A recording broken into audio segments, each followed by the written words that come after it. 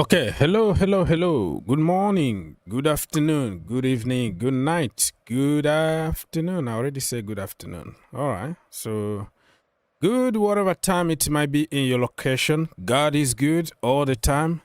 Smile, say hi to people. It might make somebody's day. All right, just a little thing that you can contribute to the society. Say hi. That's it. Thank you so much for stopping by. I'm back again here because we have a lot of news to cover, and it's gonna take me 2 hours to make a video, edit a video, post a video. So why not go live and try to discuss everything with my people live? All right. Let me put this one here. Oh. Something is wrong. Something is terribly wrong.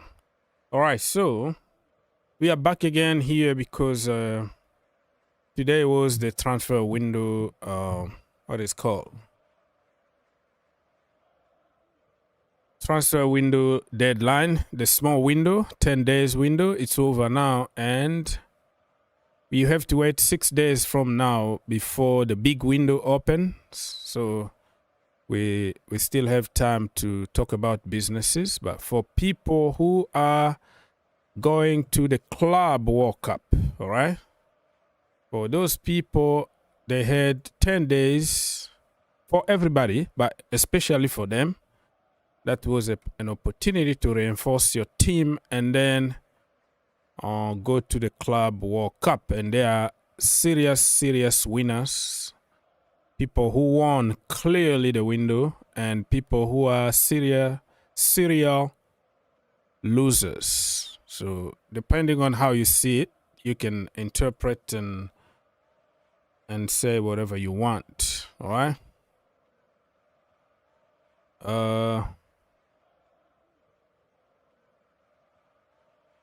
Smile for what? The journalists, the same people who preached that Maresca doesn't rate the goalkeepers and want Maignan are the same people preaching that the club PR right now no integrity to save their lives. Yeah, the same people who say, you see. This business is a lot of flip-flops, and people flip-flop all the time. They said Maresca has enough of Robert Sanchez. He was trending for the last 2 days. Today, oh no, Maresca never ever asked for Maignan. He is happy with the players that he got. So, it's confusing, and let me read a couple more comments before we go to DJ. Smile for what? Well, you can smile. There are better things in life than football. You have your family, you have your kid, you have many other stuff to do in life than just watching multi-millionaire kicking a ball and you stressing out and making theories and insulting people for something that you don't make any money from. You know, it's good. It's a community. We are there. We help them. We buy their merchandise. We made them rich or whatever. It makes you feel part of something, but it's not the most important thing in life. So you're asking me smile about what? Because I told you at the beginning, yeah, smile. Say hi to people. It's like somebody is miserable on the street, or your neighbor, that old lady that don't have a family, and instead of you going and say hi and smile and have a conversation, you're going to stress out about Chelsea Football Club because, getting any penny, you are making them rich, okay? So what I say smile is about life, because life is more important than everything that you see here. So if you don't want to smile, you ignore it, but I didn't force you to smile. All I said, that's what I say for my intro all the time. Try to be nice to people, because I greet you. I say, hey, smile, man. You're gonna smile just because you didn't sign Maignan or you didn't sign Haaland? What the heck? They get all the millions and billions. How much do you get from that? Come on, man. Okay, so Mr. Nkem say this club called Chelsea, blah blah blah. This club called Chelsea is laughable. Why are you laughing at us? And Mr. Comedy say all of the sudden Chelsea rate Sanchez. Yeah. Mr. Zima, he say hello, my friends. Comedy say that I'll keep the smile for next time. Hey, keep it for yourself. I talk to my people. Some people don't want to do it. Some people do it, but that's what I do, man. I talk to people. I'm nice to people, and I'm not gonna let football kill my mood or you know, my kid and my family are more important. Come on, this is just something that's in the bigger picture. It means nothing, right? So that's the way it is. So you don't want it, you don't have to say it. You can keep it for yourself. Anyways, my brother DJ, what's going on, bro? How is the family? All big up to you all, because yeah, family's all well, brother. Apart from my daughter, she's got a bit of a cold. Always has just got a cold. But otherwise, yeah, I know. We came back from holiday. Yeah. And she's welcomed a cold now. So yeah, she's probably Oh going to go back yeah, to she school was one in day. the warm. She was in the better weather over there, and then come to England. Your country is, oh man. We went to Romania. Well, Yeah. my wife's country. We went there. It was nice. It was warm there. I think when we left there, it was actually nice weather. And then we came back to. We did actually come back to rain when we flew back into the UK. So it wasn't. It wasn't that great. So yeah, but how about your family? All good? Yeah, we good. Yeah, we good. The sun is out today. It rains a little bit in the morning, but in the afternoon, it's been sunny and beautiful outside. So yeah, good. The flowers are booming. Everything is all right. Everything's booming apart from our stupid sporting directors and ownership of our football club. Huh? They are a disgrace, mate. They are a disgrace. It tells you one thing today, though, Orgs, right? Who's picking this team for the Club World Cup now? Because to leave, we were told, okay, I lived with the fact that, okay, Maignan, who I wanted so badly before this window closed today, right? Yeah, didn't happen. And then I thought, okay, fair enough. It's not happened. We're not going to be, obviously, we're not going, as much as I wanted him, Chelsea were not going to obviously go to the standards of Milan and gave them what they want. So they dropped their willing. So we're not going to be bullying. She's telling us what to give us for him. We rate him at this. This is what we're going to give you. Take it or leave it. I got to that stage, even though I felt they could have paid that extra money, because let's be real here, Orgs, right? They were ready to put an extra 5 million down, which they did, to go and get Gittens today. Okay, even that got shoved in their faces today as well, by the way. Okay, and now we have let this. We're now not taking Petrovic to this Club World Cup. And we were actually told and briefed by this ownership and everyone that we're going to be going with the 4 goalkeepers to the Club World Cup. Lo and behold, we're going with Penders, we're now going with Sanchez, and we're going with Jorgensen. And yet they've left Petrovic at home. And why?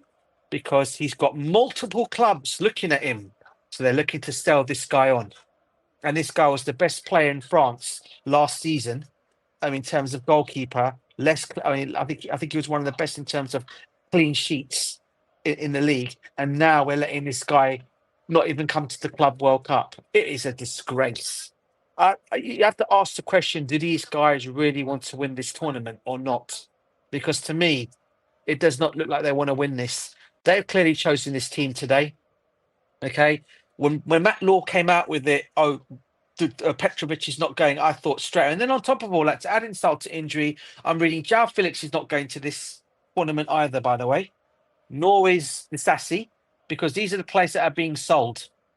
And the other one, who's actually going to be going on loan to Strasbourg, who we were all led to believe is coming to this Club World Cup, Kendrick Paez, he's now been omitted from the squad. He's now not even coming. He's going to continue going on loan to his loan spell in Strasbourg. So everything that's been briefed to us, all right, everything that's been briefed to us has been a lie. Yeah. And if fans can't wake up to see what's going on with this ownership and these directors, then I'm telling you now, we're going to have a really bad transfer window come the summer. The only good signing we've done so far is Delap. Okay, Delap Obviously, Sarr looks good. God knows what's going to happen to this kid. He's going to end up being loaned Dario out as well. is so good And too. Dario Sugu, the only three that we brought in. I don't know if I can trust him now into going to the summit because we clearly do. And I know People's Republic, big up to you, is going to come on to me now about Sanchez. But I'm telling you now, and I'll say it now. For me, Sanchez is not the goalkeeper to take us into next season. We need another goalkeeper that's better than him.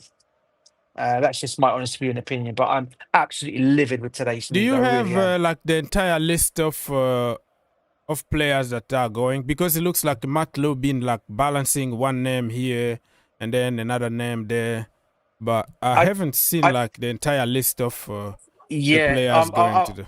I'm going to try and get the list for you. I'm trying to get. I haven't got it myself Okay, yet, yeah, but I'm take trying your to get time. it. It's not like I'll get it urgency. I've been searching because for the they're all list, but flying I out on haven't seen. Friday. They're flying out on Friday, Orcs. So Oh, on Friday? we should. Okay, so Yeah, this Friday. but So we should because be briefed. the list need to be submitted tonight. Yeah. Which So, means I've got to yeah. get the whole list and I've got to find it. But I can tell you right now, as of what I know, the players that are not going: Petrovic, Felix, Desassi, Kendrick Paez, and Raheem Sterling.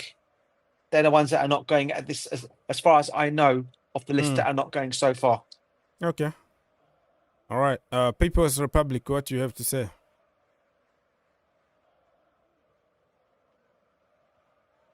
The distinguished panel, and thank you for letting me in. Republic. Yeah, I'm sorry you guys are so upset. Hey, it's life. As Mr. Oak says, what did he say in the beginning? Something he said something very beautiful, that he can't be upset about millionaires because. What did you say, Mr. Oak? So you said something. It's not like it's not you can't be upset because we are part of it, Exactly. but it's not like you're gonna just put it like.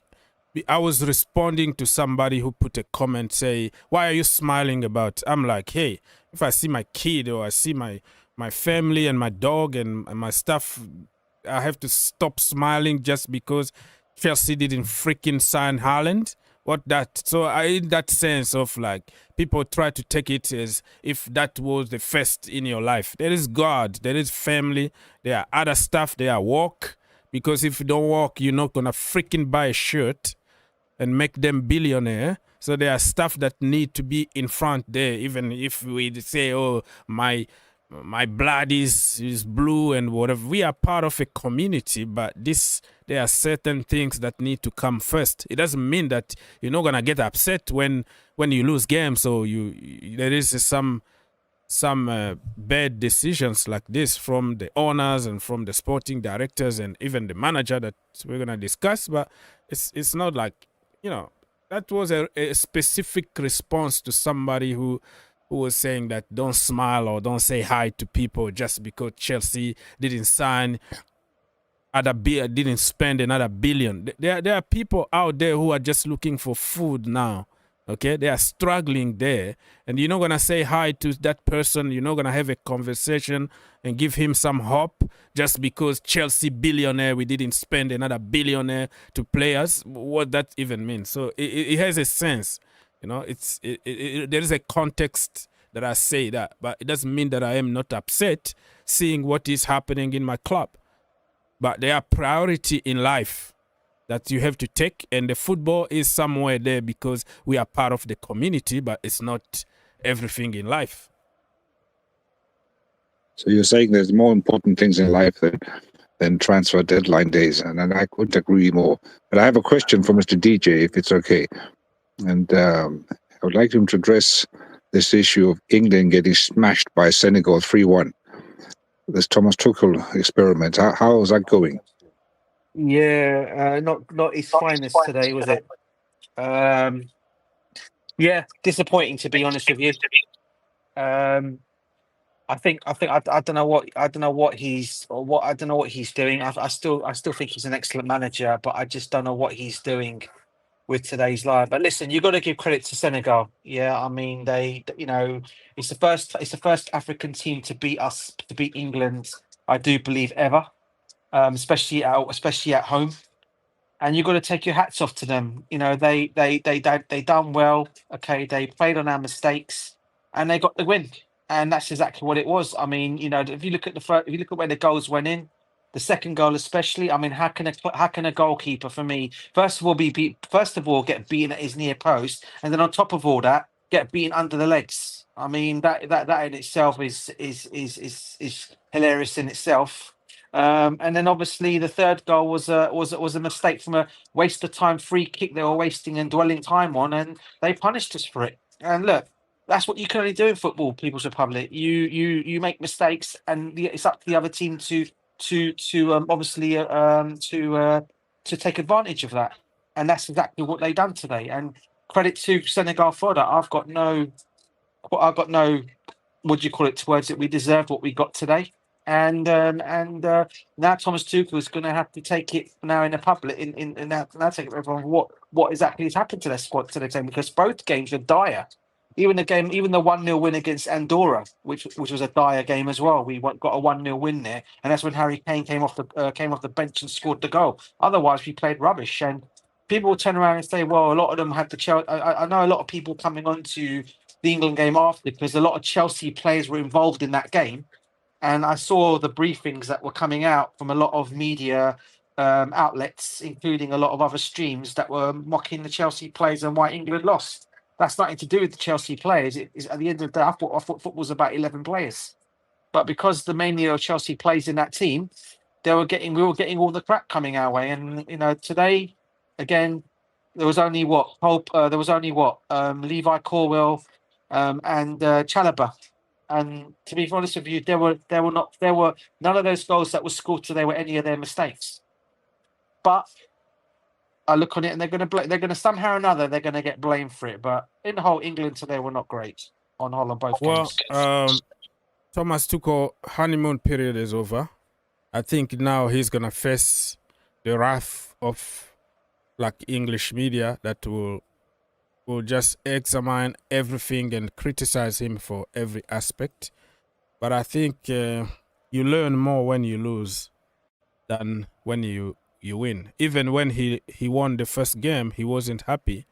He said it clearly that, you know, he didn't like the attitude, the body language. We were not fast enough and all that. So he knew that he has some issues. So he's going to learn now that the club is different than the national team.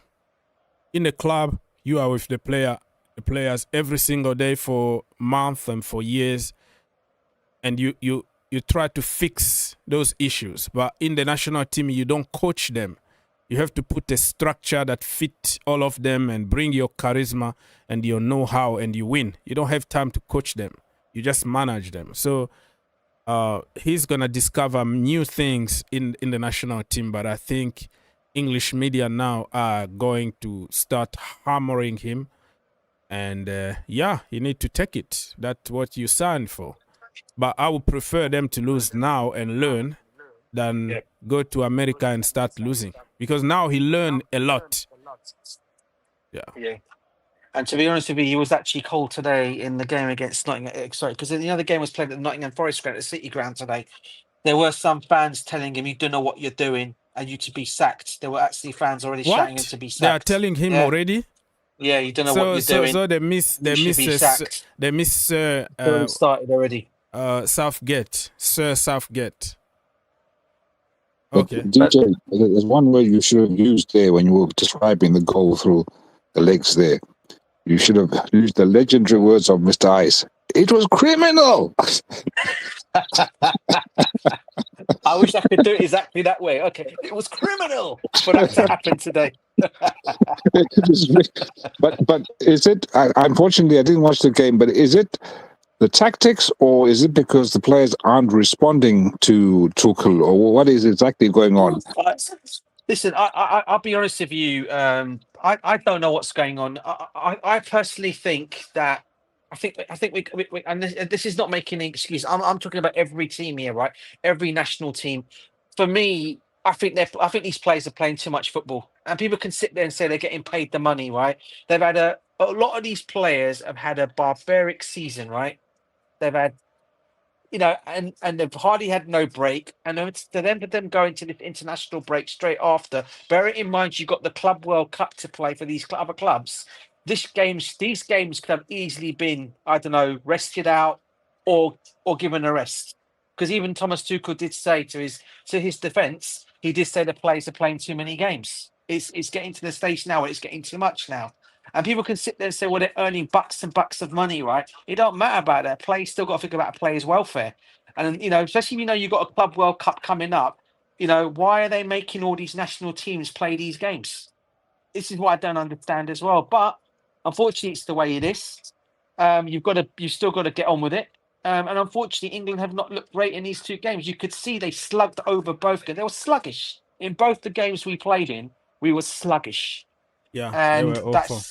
that's just all I can describe. We got the win against Andorra. I can also understand what you're saying. Fatigue is playing a big role. Even Thomas Tuchel himself said the last time that teams like Chelsea, Manchester City, teams that going to the World Cup are gonna even suffer more because they just finished the league and then they are with the national team and then they fly to America in a very, very hot sun over there for almost 2 months, and then they don't even have time to go to do preseason, and they have to start the league again in August. So you finish in July. What time you going to have for preseason? So he said he knows that it's going to be very difficult, and teams like Arsenal, Liverpool, teams who are not in the World Cup are gonna have a lot of advantage next season. So I understand that people will say, "Oh, England, you know, they have world class everywhere, and they got money, and this is Senegal. You're supposed to beat them." But the aspect that you just talked about, fatigue, human being, like you have to disconnect sometimes. Those players I use the end of the season, they disconnect a little bit. They go on vacation and then they recharge and come back. Now immediately they didn't even take 1 day off, and they continue, and the season is gonna continue. I think they are mentally and physically very, very tired. It doesn't excuse to lose against Senegal because you can say the same thing for Senegalese players, but that's what I'm saying. It is what it is. And the other thing I'll also add to that as well, Orgs, is the fact that you know, he made an interesting comment, as you said, Thomas Tuchel, when he said that Liverpool and Arsenal will hold the advantage next season over Manchester City and Chelsea if we're even competing for the league next season. Yeah, because they're not playing. These players now have all got their rest. They've all got their rest. Yeah, and recharging right now. they're recharging. They're going and getting their transfer business done. I don't know if you saw today, the deal for Wirtz is now all but done. Yeah, it's here we go. Fabrizio Romano put here exclusive Florian Wirtz to Liverpool. Yeah. Here we go. 150 million. That is. Yep. 156. I have to mute you because you have horrible return here. You have echoes everywhere. We can't. When we talk to people, it just killing my ears. So 126 million. The problem I have with this deal here is I don't think this brother is better than Cherki. Yeah, people can say he's French, blah, blah, blah. He's not playing for Chelsea, by the way. He's going to be my enemy, okay? So he plays for Manchester City. Cherki, beside his bad boy attitude, other than that, that brother is absolutely a bowler. And they bought him for 34 million. And you spend 126 million on Florian Wirtz. Call me crazy or whatever. I think Cherki is gonna have a better season or a better career in the Premier League than Wirtz. You know why? Florian Wirtz already had a lot of injuries. He's only 22 years old. He already had an ACL injury. Yeah, let me repeat it. ACL injury. You already have MCL injuries and tons of other injuries here and there. Everybody knows that when you have an ACL injury, they do the surgery, they put some artificial tissues out there, and that always causes a lot of issues. It's caused your knee is not stable anymore, or you live with the fear of getting re-injury again. And this is the Premier League. This is the English weather.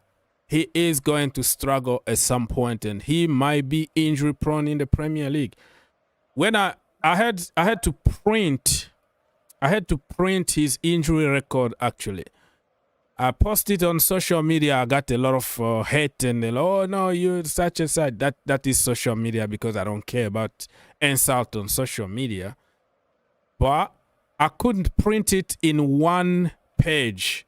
You know, some players you can print their injury history in one page. I couldn't print one page. I have to go to the second page to print all the Vince injuries. And of course, football fans, when you state fact for a player that they are worshiping, they are praising, you present them with simple fact, they're gonna hate you. They think you are the problem. The same way I did with Fofana when he joined Chelsea Football Club. I was the problem because I'm always negative. I am always seeing the dark side. Hello, this brother got a broken leg. He got tons of other injuries. He's not gonna be good at Chelsea. What is happening? He's in the hospital more time than on the pitch. So when people don't listen and they insult you for stating fact, I don't really care, because I know sooner or later you're gonna see what I was saying. So Vince, good player, but the money, man, the money. Yeah, what I'll say to you as well. I mean, Liverpool fans are already just trying to go back onto this deal for Florian Wirtz, right? I mean, Liverpool fans are already starting to spin it out there. Apparently, they're saying, well, Chelsea overpaid for Caicedo. We overpaid for Enzo Fernandez. Well, you guys have completely overpaid for Florian Wirtz, because listen, I do rate this kid. I think he's a baller, right? But I don't think he's worth the money Liverpool are putting down for this guy. And Liverpool fans are going to try and spin it on all of us now by saying, oh, well, he's got to get used to the league. Yeah, well, you've spent 150 million on him, mate. Yeah, for me, if that's 150 million spent, he's got to come to the Premier League. He's got to come to the Premier and start hitting the ground running straight away, mate. You're putting that kind of money down on a player. For me, I look at it and I say, well, Enzo Fernandez, we spent 107 million on him, but we all knew he wasn't worth that money, right? We all knew that. I even said it when we had a deal agreed for Enzo Fernandez the first time round, Orgs, right? We had a 75 million or 80 million pound deal agreed with him, right? On a 5-year contract. That's what the brother who's left now, Christopher Bell, all got but done in that deal. But who went and got involved in it? Barley went and got involved in it. We ended up paying him 107 million on 107 million on a 7-year contract. Yeah. Yeah. So if anything, he went and ruined that deal when we already had that deal all but wrapped up at 70 million. Yeah. But it's because it was a 5-year contract and the young age that Enzo Fernandez was, they wanted to keep him on the books for 7 years. Yeah. That's why they got him for that kind of money. And that's why straight away Benfica accepted it and he went. For Florian Wirtz, as much as I've seen this guy playing there, he's a baller. And listen, credit to Liverpool for bringing such a player to the Premiership, because I think he's going to do really well.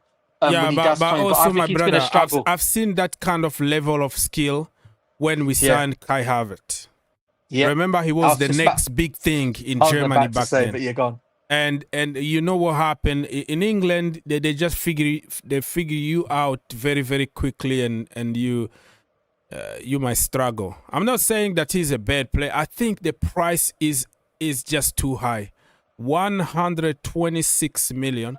You can buy 3 great players. Look at City. Like, City bought 3 players almost in the same price as one player, Florian Wirtz. You know, they bought Ait-Nouri, Cherki, and who else? I think Reijnders. Tijjani, Reijnders or something. Yeah, from AC Milan. From AC Milan. And they can still keep some change in the pocket. So they wanted Vince, Manchester City, and Guardiola, and because it was too expensive, they were like, okay, we are gone. And they got 3 excellent players that can even contribute more than one player. When he's injured, what are you gonna do about it? But you know what? I'm happy about it because it's not only Chelsea, the mega money spending.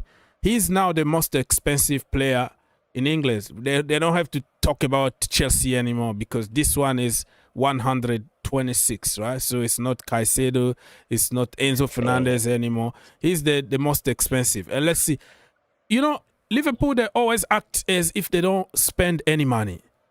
But they spend 100 million on Nunes, Darwin Nunes. They will spend 60 million here, 40 million there. And on TV or from their fans, they act as if they just get all their players for free. Hypocrisy. What are you going to do? You know the new spin's going to be, Orgs, right? Yeah. Well, yeah, we spent 150 million, but if you combine, but we didn't put. If you put a combination of Enzo Fernandez and Caicedo, you spent it's still gonna more be money about than we are. combination It's now. I'm telling you, brother, that's exactly. I know It's these gonna be Liverpool fans combination so now. well, yeah. That's They what they're gonna be always find spinning. That'll be something their to new say. spin. Yeah. That'll be their new spin on the Chelsea fans. Yeah, but we The spent combination. Yeah, the combination of it. Yeah, but now you're actually seeing those fruits of that labour now, aren't you? Because Enzo Fernandez was absolutely excellent last season. And let's be real. Caicedo for me is the best midfielder in the league. I don't understand why he wasn't even in that team of the year. It's an embarrassment, that is, and that's an embarrassment that he wasn't even in that. All right, okay, and others made it in ahead of him. Yeah, so that for me tells me everything you need to know when it comes to what do you call it? What's the word I'm looking for? Favoritism. Yeah. And we all know, because I know why Caicedo didn't make it in there. I don't want to say it on here on this platform, but I know exactly why he didn't make it on there, and it's disgraceful. It is utter disgraceful for that reason. Yeah. And just one other thing, people want to go. They talk about Florian, but listen, I do say he's an excellent player. But did you see France against Germany the other day? What do you call it? Gusto had him in his pocket, bruv. Yeah, he had Vince in his pocket. Mate. First of all, two things to notice on that. First of all, he's very good. Malo Gusto is very good when he plays from as a fullback. He got a lot of issues when he inverts in the midfield. But if you keep him, up and down the way he used to do under Pochettino, I think you got a very, very good player there. So, man, I just confirm what you just told me at the beginning of the show, that Christopher Nkunku, he's coming to the World Cup. We're trying to sell him, and somebody like Petrovic and Joao Felix, they are not there. What kind of logic is this? I just don't get it. Bro, that's not Maresca. And this is why I'm going to back Maresca this time round, yeah? That's not Maresca picking that team. Really, DJ, you think that he's the guy who said, I'm not going to play Petrovic? Yeah. For no, what? That's what I'm trying to say. What is the logic behind the owners refusing to use the players that they spent money on? Because Petrovic, even if he does good in the World Cup, and you can still sell him because the window's still open. Put him on the display there so he can play. So I don't understand the logic behind. I have to agree to disagree with you, that I don't believe that is all on owners don't want certain players, because Joao Felix, they spent 60 million last summer. How that makes sense that they don't want to play him? It makes no sense because they're going to lose money. Did you not read Matt Law's article? Oh, I read a lot of articles from Matt Law, so I don't know which one. Read Matt Law's latest one of why Petrovic did not go and why they decided to go with Sanchez. That explains more or less everything of what I've said. I will have time to read tonight. Read of that, bro. And you'll see what I mean. Yeah. Go for it, bro. Let me greet other brothers here. Mohammed, what's going on, bro? Yeah, I'm doing good. What about you? Big up, Mohammed. Good. What do you think? What you wanted to talk about? I mean, I'll just start with the Petrovic news that he's not going to be in the Club World Cup. I'm in shock, to be honest, because first I thought, Mike Maignan definitely going to be here for the Club World Cup. Then after that, it's been a roller coaster today, because I thought, okay, fine. At least, maybe we'll just test out Petrovic, see how he does in the Club World Cup. And he's not even going to be there. And I'm like, what's the point? We're just going to play with the same goalkeepers from last season that, barely got us top 4. And we expect us to make it far in the Club World Cup with basically the same team of last season. And the only change is Andrew Santos, and I don't even know if Liam Delap's even in the squad. But like, I feel like we're not gonna make it forward in the Club World Cup, and the signings like, and Brian Gittens. I mean, not gonna have him, and Kuku's gonna be here. Where Kuku's basically, if you play him, it's like you're playing with 10 men because he does nothing. He doesn't want to be there. Effort. He clear. Yeah. Nkunku don't want to be there. Leave him at home. Loan him. Send him to Saudi or something. But you living. So, Mohammed, who's to blame when it comes to this selection of I'm not going to use Joao Felix, I'm not going to use Petrovic? Who are we going to blame? The owners or the sporting director? What is your logic behind it? Your interpretation? I feel like the owners are clueless. The sporting directors are basically the ones that run the club. And they're probably telling them that we don't need Petrovic. Don't bring him in the, put him in the squad. Because they want money. They want money. Exactly. If they tell the manager not to bring Petrovic, it's not going to increase his value, because the owners would like you to play them so they can be on the display, and the money is going to be better to sell them. So I just don't understand the logic of the sporting directors and the owners are commanding the team to play. For me, in my level, it makes no sense. Think about it, Augs, right? All the players that have not travelled to this Club World Cup are all players that, as far as we have been told and PR'd on, are the ones that are going to be up for sale. So you look at those players. Petrovic, up for sale, leaving. Sterling, up for sale, leaving. Joao Felix, up for sale, leaving. Desassi, up for sale, leaving. Yeah, these are all the players that are going to be sold in this window. Come when the window opens. That's why they're not going. And what they're worried about, Augs, they don't want any of them to pick up injuries. Because if they all pick up injuries, they don't get sold. That's why you got to understand. That's why I'm saying the reason why I've said these guys have been picking it. And let's be real. I'm sorry to say this, why did they buy them to begin with? Because they bought them. And then they want to sell them after 6 months or 1 year. How that makes sense? Profit, sellability, bruv. How much money you gonna make on Joao Felix? He hasn't played. His market value is like 20 million or 25 million, and we just spent 60 million, huh? Benfica have offered 25 million for him. Okay, so we bought him for 60 million. How that is a profit? Like, can you explain to me how buying 60 million and selling? That's my point, bro. You know how that is a profit, because it makes no sense. So my logic, what I understand is, the manager don't want to use them. So when the manager don't want to use you, you can't force the manager to use them. You are forced now to sell them, because you're going to lose a lot of money out of it. It doesn't make sense that I just bought. Omoro Dion was there. We changed immediately. We went for Joao Felix. After 6 months, don't play him so we can sell him. How much are you going to sell him? So if we are talking about logic, business logic here, let's use common sense here. It doesn't help the owners and the sporting director if the players don't play, because they are going to lose, like on Joao Felix, they're going to lose probably 40 million. 40 million, just like that, you lose it. So it makes no sense that they tell the manager, this is the player that you're going to use, this is the player. When it comes to this guy, Petrovic, from long time, there is one of the interviews in my channels. They ask him, Petrovic is one of the best goalkeepers in the French division this season. Maresca didn't even mention his name. He said, we have one of the best goalkeepers in the world. Sanchez is in the team. And we have Jorgensen, which I understand you can protect your players, but say something good also about a player that belongs to Chelsea. So I think Maresca already made up his mind. He already chose the players that he trusts and the players that he doesn't trust. And no matter how good you are, he's not just going to look at you.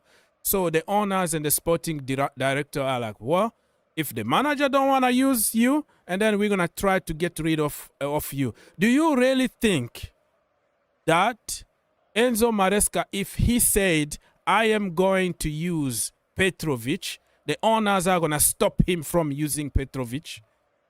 It makes no sense.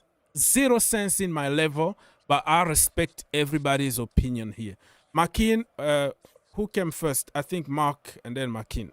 Mark, let's go. Let Makin go. I will join you. Okay, Mr. Makin, you are in the building. What do you have to say? Big up, Makin, yes, bro. sir. Big up everybody. Big up everybody. Big up, man. Big up. I couldn't help but notice you guys' conversations about how the club is run and everything, and I'm afraid I have to agree with DJ on the conspiracies because it sounds like conspiracy, but it makes sense as well. Okay. Because Give us some details how that makes sense.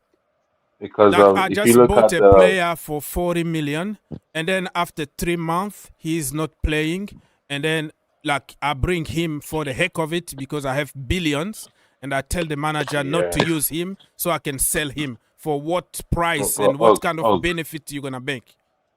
You have to understand here that a lot of these guys, our owners, are very PR based. So they're running on a lot of PR, and the thing is, to them that's What exchangeable. PR really mean So in reality of I'm gonna spend 100 million and I'm gonna tell my manager immediately, don't use these people because we bought him for 100 million. How much are you gonna sell him because his value is down? Probably But the conspiracy theory was going to make sense. That's what I'm trying to tell you. If they impose the manager to use them, that is the conspiracy theory makes sense. If they impose, hey, I just spent my money, you have to use these players so they can have values so we can sell them. But immediate, tell me how that makes sense. You buy something to make profit. Okay. Let me answer it. Let me answer it now. Yeah. The thing is here, it's exchangeable, and broad brand exposure, makes up a lot of the club's like wealth in total. So a lot of the times, it don't come to day-to-day performances or whoever, like the name itself, it carries a lot. So when it comes to seeing like whether the manager is doing what he's doing or not, it's looking like the sporting directors are running the club from this angle, because it's looking like coaches are not coaching anymore. And a few guys brought this up in the past. I forgot who. I don't know if it's Thierry Henry or one of those guys. But sometimes you have to let the coach. You have to let a manager be a manager and let a coach be a coach. And the thing is, it's like the sporting directors have been found out now, because since they've come, they have not made good deals.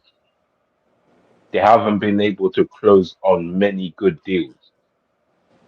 And it seems like they're not used to being at this position at the top. So the deals that they can get off are the minimal deals, like on the miniature level, not on the grand scheme level. They're not ready for that. And I don't know why the ownership has so much trust in them, because a lot of it, you can tell it's not a managerial decisions. A lot of it is tactical. A lot of it is there's a lot into it. This is why I can take in what DJ is saying. When you make these kind of decisions, it makes you look like that. And the sporting directors so far, when you put your mind as an owner, they're not finalizing, they're not closing the deals to the point where Egbali himself had to calm down and close the deal himself for Enzo Fernandez. And now they probably thinking they're recovering from it, and they just don't want to repeat at that. So now they have a gap. They have a cap for the players. So you have to understand that these guys, like, the outrage makes sense. The sporting directors do not look good as a whole. Some of them, and also, if you don't get me wrong, there, I don't like the sporting director. I think they are absolutely crap. But the fact that we have to push every single responsibilities on them instead of the manager who got, like, tell me how, like Joao Felix, you don't use him We just bought him for 60 million. You don't use him. Should I just continue to keep him in the team to depreciate even more and lose my money, or should I send him on loan somewhere to have some kind of value? So there is no coordination. There is no understanding. Felix, understanding Felix between. is, yeah, go on. Like there is no understanding. There is no communion. There's no like friendship between the people who's supposed to work together, because before you bring somebody, you ask your manager. I have every single interview of Enzo Maresca in my channels where he said, me and the board, we agreed. He said even I called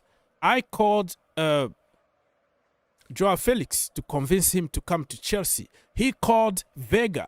And all of a sudden, when we lose or something happen, it's all on the sporting directors and not on the manager, where you say, did you use Joao Felix in his natural position? How many times did you give him on the pitch? All right? And you don't ask those questions. It's immediately, it's the sporting directors. But it's so contradicting. So I think the responsibility needs to be shared. But Ogs, it's the sporting directors, because it's not a managerial decision. That's what I'm saying. Most of the times here, sometimes the fans, have to make up the reasons why it was such a tactical and wayward decision. Like sometimes when the subs get put on, like sometimes you have to put the twos and twos together on too many occasions for us to be like, oh yeah, do you know what? This guy seems like he knows what he's doing. When that's not really the case, especially when it comes to Sanchez. The noise was becoming too loud. And so they tell this is the him thing. they why tell do you have Maresca to use Sanchez. No, but They choose the starting you 11. don't have to prove you're in control, yeah, when you actually are in control. Why do you have to look like it? Why do we have to believe that you're in control if you really are in control? You get what I'm saying? No, really. We agree to disagree, but I just don't see the logic behind that, because yeah. He put Felix here, bought Felix here, said we love to watch Felix here, we love to watch him play. This is who we pay money to see. And in the same breath, same week, he dropped him.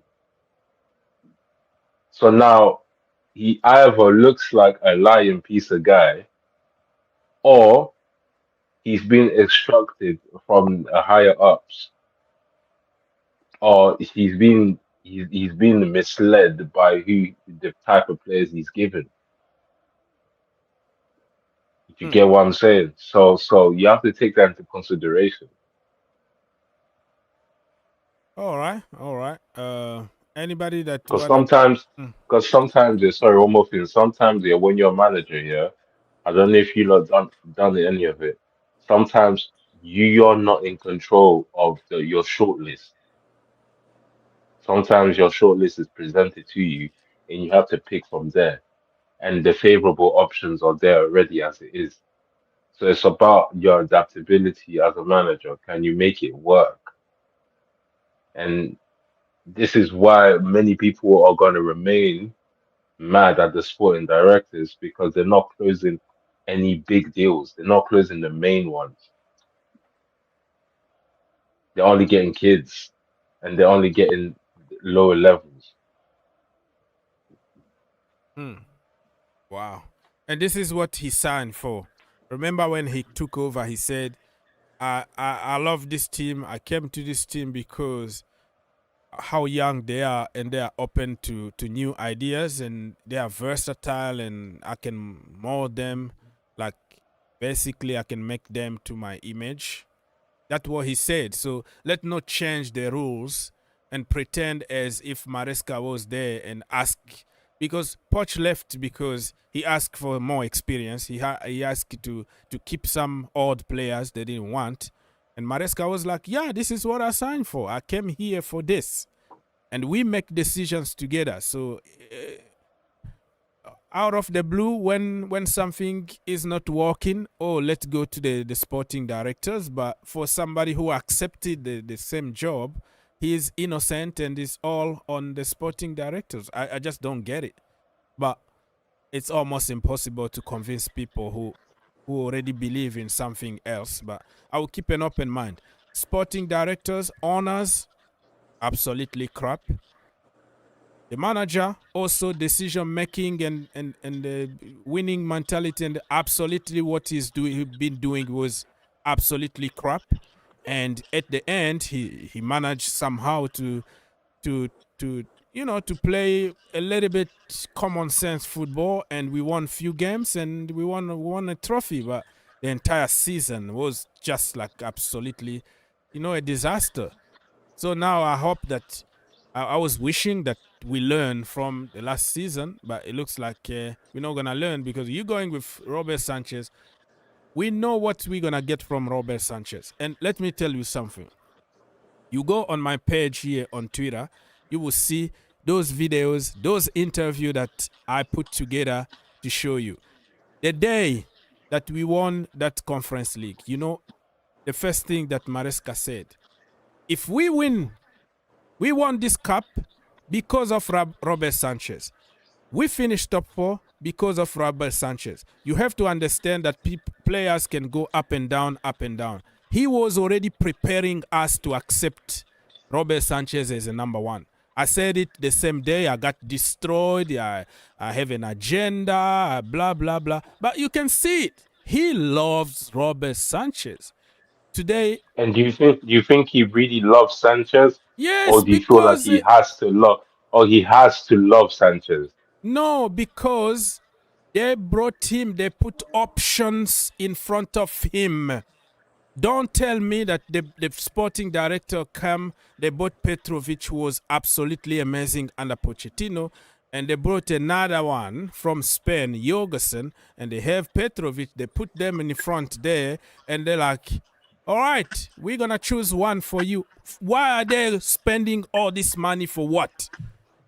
If that is imposed, if they impose him Sanchez, why are they buying other goalkeepers? Because they know this guy is shaky, but the manager decided to stick with that guy. Oh, that is so impossible to understand. Like the way he talks about Sanchez is just like his love child or something. He just loves that guy. I just don't get it. So, yeah, anybody can believe on whatever they want to believe, but I'm not going to believe that all of a sudden they just bring a bunch of players. Otherwise, they were not even going to buy anybody. If Sanchez is number 1, bring the academy product. Let Sanchez be the number 1. But they keep on buying, and you refuse to use them. And you continue to use to blame the sporting directors. What that makes sense? I don't know. Aziz. Because you're sorry, one more thing. Because they're selling Joao Felix, yeah, when they really didn't have to. And the thing is, he had a Ballon d'Or in his clothes, yeah. So on data, especially the hype with Joao Felix back then, the price tag 2 years ago was so immense. It was so big. So what is your conspiracy theory about that? No, they could, in their mind, I'm giving you the way they think here. In their mind, Joao Felix has collected enough data via Barcelona and etc. to be sold for the same price we got him for. It makes no sense. Even though we didn't play. It makes more sense. Like we bought somebody, and listen, it's not only about the price tag. You are paying him 175K every single week. So you bring him and you say, okay, we can sell him in the same price that we bought him. How that makes sense in a business sense, bro?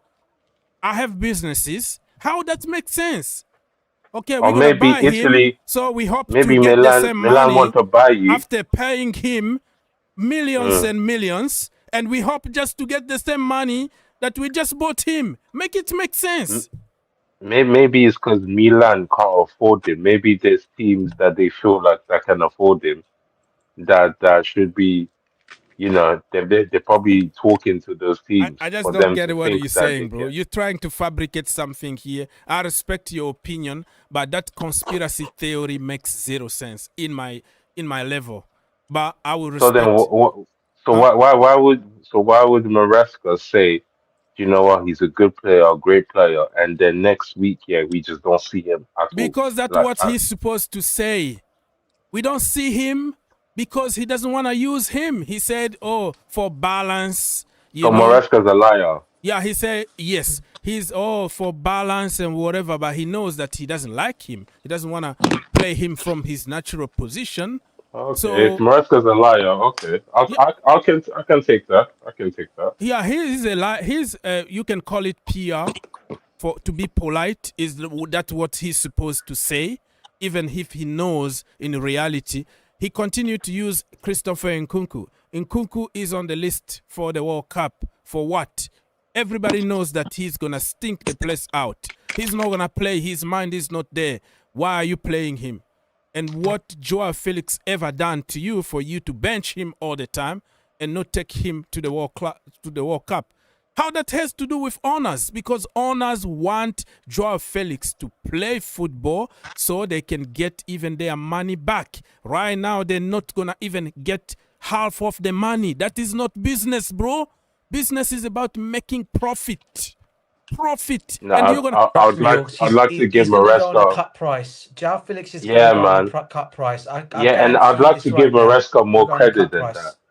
So You get what what I is mean, the DJ? point of Like, them buying Joao Felix for 60 million and sell him for 20 million? Make Martin, it Because of the make profile sense. he is, bro. Martin, Because of the let me profile. make it sense to Oaks because for some time now I think Oaks is in bed with the owners and it's good. I mean they are owners and if he believes in whatever they are doing is fair. But me, Oaks, you can't convince me about these guys. Although they are spending a lot of money, they are doing so much, and you might think that after all, if they don't have good intention about football club, they wouldn't spend that much money. I agree that, you know, that is the opinion of others. They believe the project is really going well, and the owners have no idea about what is going on. If you guys can remember, last year, I think getting to the end of summer, there was this leak that came out about Egbali and Todd having friction, and one of them thinks that they have to blend youngsters with experience, and one of them thinks that they have to go with youngsters. Everything seems that Maresca is not the final sayer. Maresca has just been brought in, and he has to go with the flow. And I can tell you for a fact that if you have a chance of working with somebody and that superior is working behind the scenes without letting people know that he is the decision maker, they can put you under the bus and you will be so dumb to fall for it. You remember, I will sound political here, and I'm just making a comparison. You remember Donald no, Trump's no, it's lawyer? political though, Mark. Mark, it Yeah. is political. You're Well, right. well, football politics. You remember Donald Trump's former lawyer? This guy was his number one spokesperson, defended all the bad deeds this man was doing. But when they were no longer in good terms, he now flipped and he was saying something. Let's wait one day if Maresca is no more here and you know why Felix was brought in, then went to AC Milan. Nobody can tell me that Maresca will recommend the player he loves so much and will send to AC Milan for no reason. Okay? Nobody can tell me that Maresca will be in love with Vega. Vega will come here, and after 3 months, we are going to send him to Juventus. And Maresca is making that decision. No. What happened to Pochettino when Pochettino was here? Pochettino did the same thing. And so these guys were not giving him what he wanted. And up to now, they said mutual what? What was the word? You guys should remember me. The word they used, mutual something something. It wasn't like they terminated his contract. They came on a mutual agreement and Pochettino left. And to date, nobody know why. They didn't give any reason. And at least it was a big amendment of the previous season. We are here with Enzo Maresca. And I believe those who are in favor of these owners and they think they are doing a wonderful job, will always defend them and make it seem Maresca is taking that damn decision. You understand?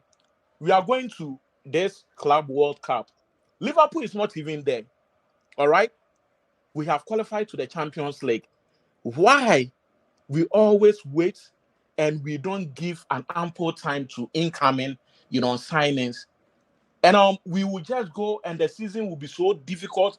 We are going to have if the owners and the sporting directors, they are serious, the next day after we qualify for the Champions League, they will just list every damn player they don't want to see in this football club. And they are going to list all the players they want to buy. And like last Friday would have been the final day for them to, finalize all the deal. We are going to the Club World Cup, and I can tell you that we are not complete. We are definitely not complete. And if you think the squad we have now can go out there and compete in the Champions League and perform so good, then you must be crazy. You started watching soccer not long ago. And I will tell you that these guys are here for the money. They don't care about winning anything for our football club. They don't care. To them, let's do something to appease the fan. Look, you see how the whole thing started. Actually, they are looking for even a Man City product who is a goalie. They call him, what is the name? I think they said they call him Shield or something like that. So James Trafford. Okay, so they appease you fans with the signing of Ekitike, Gittens, Manuel or whatever his name is, and all those enticing, stories for Chelsea fans to believe in what they are saying. At the end of the day, it's none. We haven't got even one of them. The only person we thought he was coming to Chelsea and it came to pass was Delap. And Delap is somebody we all know that the sporting directors like him, the coach likes him, and he's not a bad player. He's a decent player. But are we complete with Delap?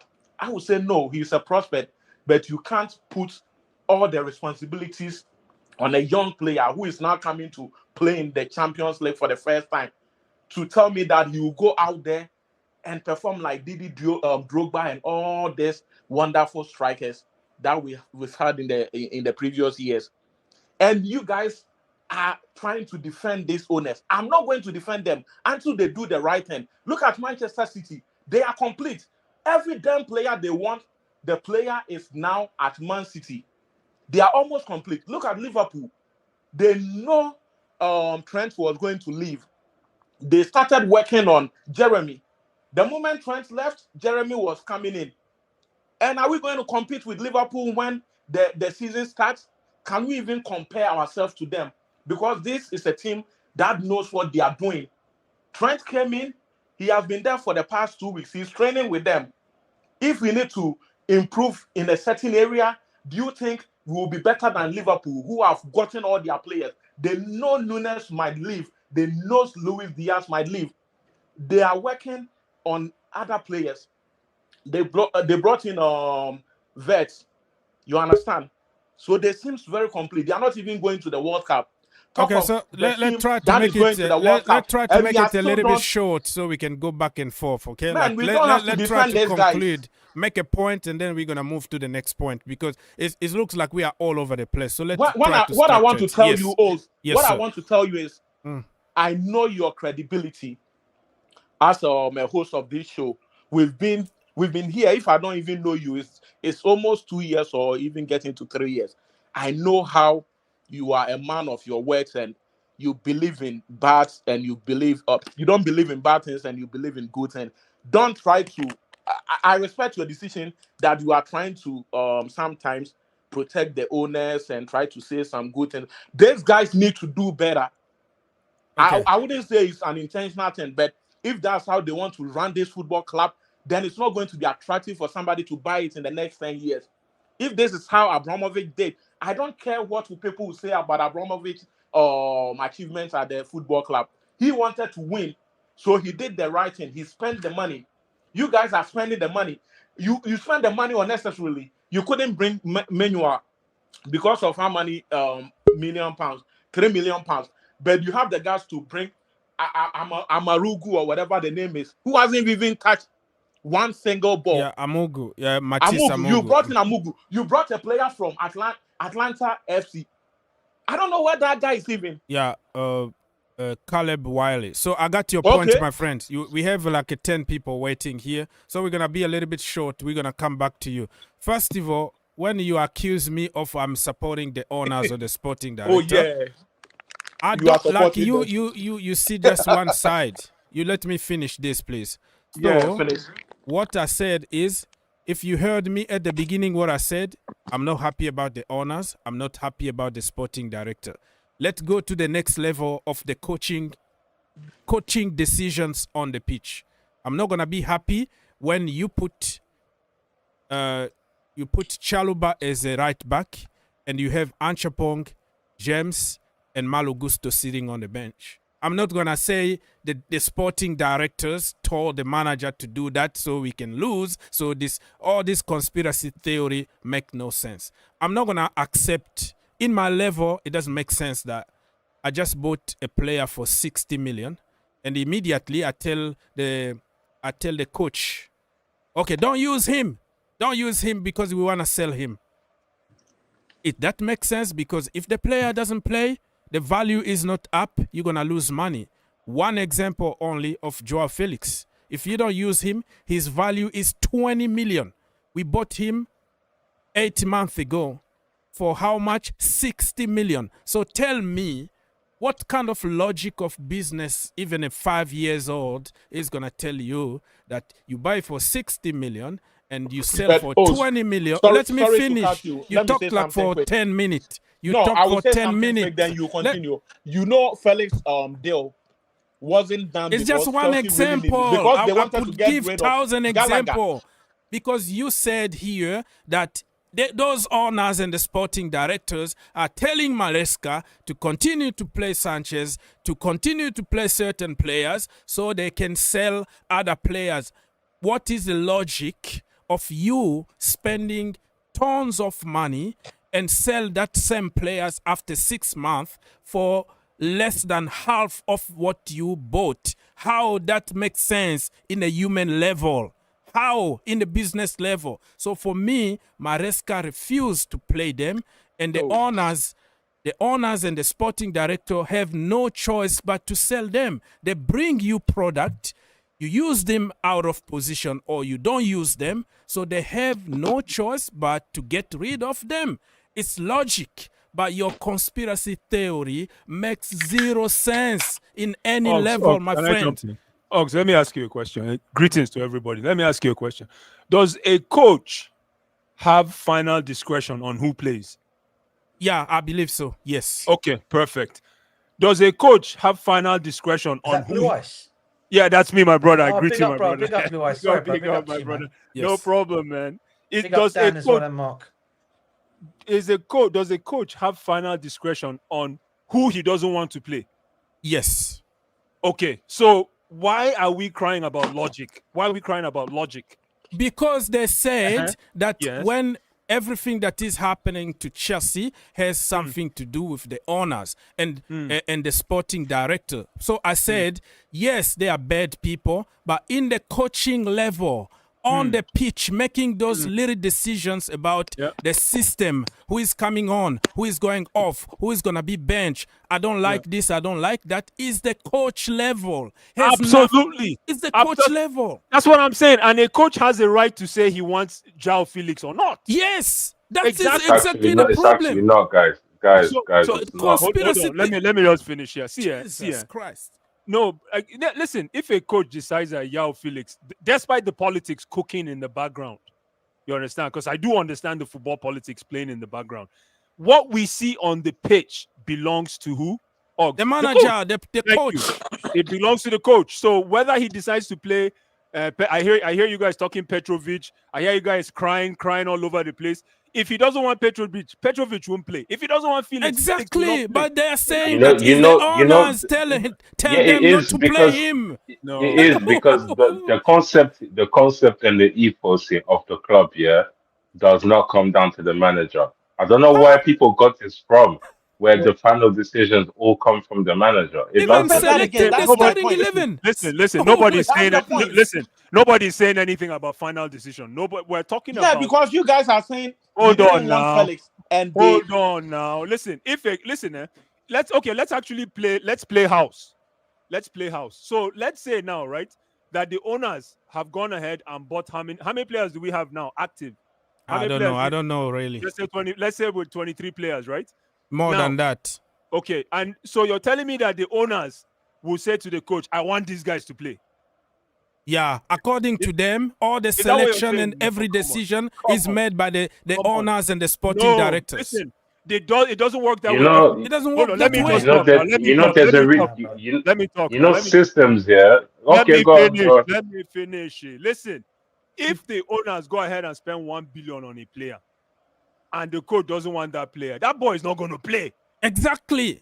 He's not going to play. I don't care what you guys think. Listen, the owners might He's have all not the gonna everything. play No, if the manager Okay, is so the boss. if you're manager for Chelsea and you get paid, you sign that deadly contract, yeah. You sign the dotted lines, yeah, and then you think you're gonna sacrifice that by what? By saying no to a situation like that. We don't know what he signed. Like you're talking as if And you were then and when he then signed and it. and then no, It's wait, conspiracy you theory. refuse, yeah, and then you have you refuse it, and then you have the probability of not even gaining or winning what we expect you to do. But let me say You might not something here. even pass the Let me say expectation on top of that. something here. Let me say something here. Most Listen, people are not going to risk that, my friend. I'm sorry. despite the fact So that, he signed a hold on, contract. let me say say that, something here, Ogs. Yeah. Really quick. Okay, let's say even the fact that after the fact that Maresca benched, he got rid of Gallagher. He got rid of Joao Felix. Who else did he get rid of? A whole bunch of Vega, Sterling. Ben Sherwell. Exactly. Yeah. Look at the results today. So he actually has the right to do what he's doing. Yes, he's doing a great job. If I don't like you, get out. Yes, but get don't out. blame Changing the sport. conversation, man. That's No, we're not changing talking about the it is. result. We're not. Like, It's the truth. what? Man. Yeah, you are, man. Like, we're talking about whether these decisions look like a manager's decision, It's the where it manager's looks like, does it look like it's bigger than just the manager It is big. Yeah, actually it's making? bigger than the manager, bro. Because Maresca's just the blue ice. Yes, Maresca's just the coach, bruv. He doesn't Yeah, make I get it. decisions on No, the but players. at the end Manager, of the day, see, he's not like a Jose Mourinho. Jose used to make the decisions at Chelsea on the players Listen, that things used to have come changed. Oh, see, forget and about even you. if you try to make a decision, Yeah, go ahead. you'll be out of the door. Okay, things have changed. Yeah, Yeah, Pep Guardiola has the final say at Manchester City on players. Absolutely, Exactly. Yes. And he's the manager, right? DJ Let me tell you something about changed in Maresca. football, right? Let me tell you something about Maresca. The pitch, the elevator pitch that the owners are giving to us is what we are building, and if we're building a structure one step at a time. I don't think so. Hold on. Now let me just finish. Now that's what they told us. Can somebody please prove me wrong? You see, Reijnders. That's what they told you. Yes. You see, Reijnders that signed for City. Reijnders, that young boy. Reijnders that signed for Manchester City. I don't know if you guys know about him. Yeah, I know about him, bro. What a baller he is, mate. Do you think Guardiola went and scouted him? Well, you think Guardiola said, you know what, I want him in there? It doesn't matter. Exactly. No, okay, it's so the whole team. It's the whole team behind it. It's not him himself. He probably doesn't even know the guy's name. Guys, we're not even comparing ourselves to City. We're talking about Chelsea and Chelsea alone. Ogs, 1 second. We're talking about Chelsea and Chelsea alone. The only way you can build structure in a group, in a team that is building from scratch. I don't know if that thing has sunk into your heads yet. This is actually, listen, we've forgotten about Abramovich. I'm the biggest Abramovich fan, stands. But today we are building from scratch. And when it comes to building from scratch, division of labor. Yeah, everybody got a role. Thank you, my brother. Yeah. Everybody has a role. And the only way you move the ship further is you share, like Ogs is saying, you share the responsibility. The coach's responsibility is when the scouting team, or whatever you call them, the scouting guys go out and scout these guys. They'll sit down with Maresca and say, okay, these are some guys. What do you think? Okay, Yeah, but do you know how many things how many things need to happen before that? Let me finish. And Maresca will sit with the with the scouting guys and say, you know what? Because of that contract, let's go back to what McKean was saying. The contract you signed to come into the club. Because of that contract, you know what Maresca will say? Oh yeah, I can try these guys. Yeah, they look good. I'll try them.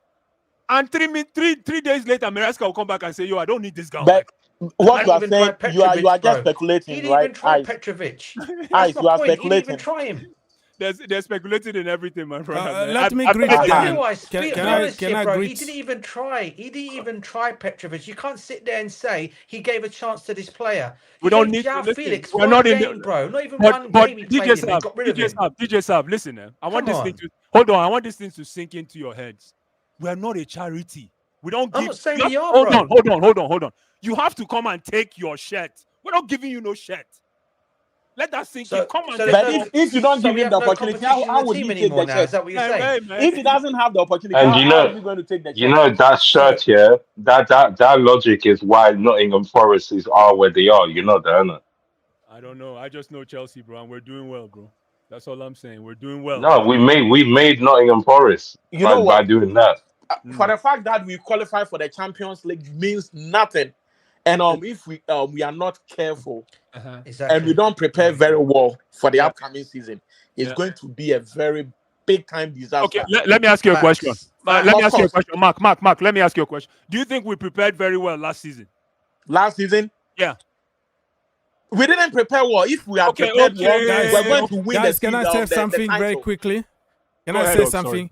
Okay, Mr. Dan, I want to greet you and apologize for making you wait for 30 minutes. You can say hi to people before we continue. Mr. Dan, say hi. Yo, what's up, guys? Good, man. Good. I forget you are always so polite. You don't jump. You have to jump sometimes, bro. Say, hey, stop it. I want to speak here. I've been waiting. Come on, bro. How are you doing today, sir? I'm doing all right. Just looking at Chelsea and everything that's going on. And yeah. Honestly, I don't know what direction the club is going at. I just don't know.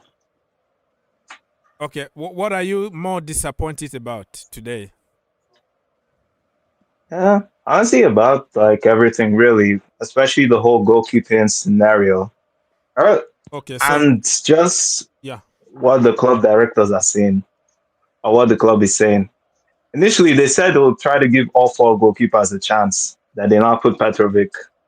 They now said Petrovic is not on the He's squad not list. on the list of those, It's just that. It makes no sense, right? No, that's how it should be. Just that's how it should be. Like not everybody. Dan, not everybody, right? Like you can give 4 people a chance, and then there's what's called process of elimination. We're a big club. Oh my days. Go ahead, Dan. No, Chelsea Football Club cannot run like that. Oh God.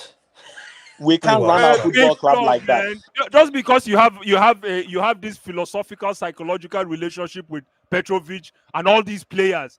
If you want them to play, they should actually go take the shirt.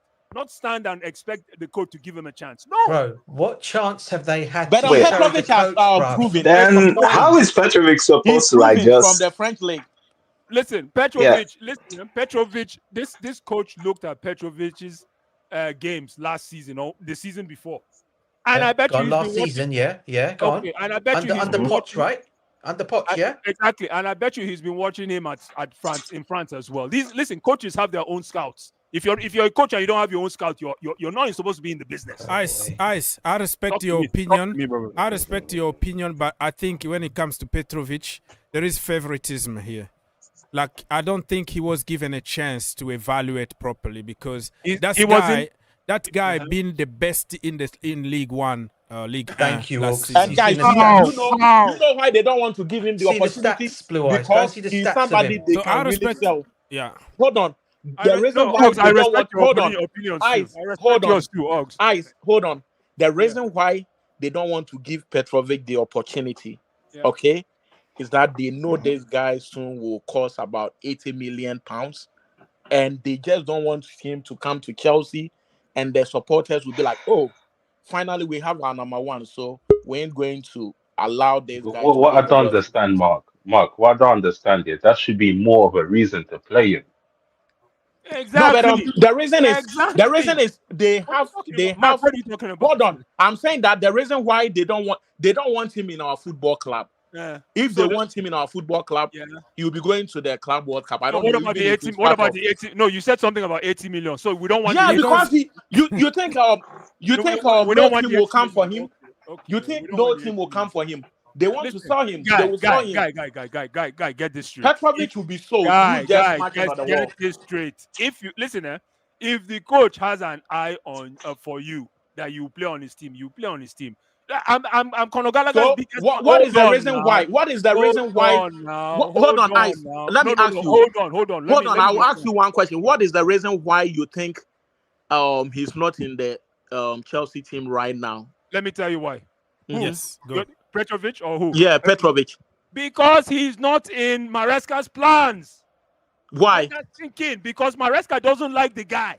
Yeah, and also because Blue like Sanchez. That's why. And he likes Sanchez a lot. Yeah. He likes Sanchez. Blue Eyes is right. Preach. Listen, preach. If Maresca likes Sanchez when he was making mistakes, I don't want a manager that does favoritism. I'm sorry, I don't want a manager. Him. He doesn't like Petrovic. Petrovic is the hottest commodity. Guys, let me tell you something. No, calm down. Let me say something first. Calm down.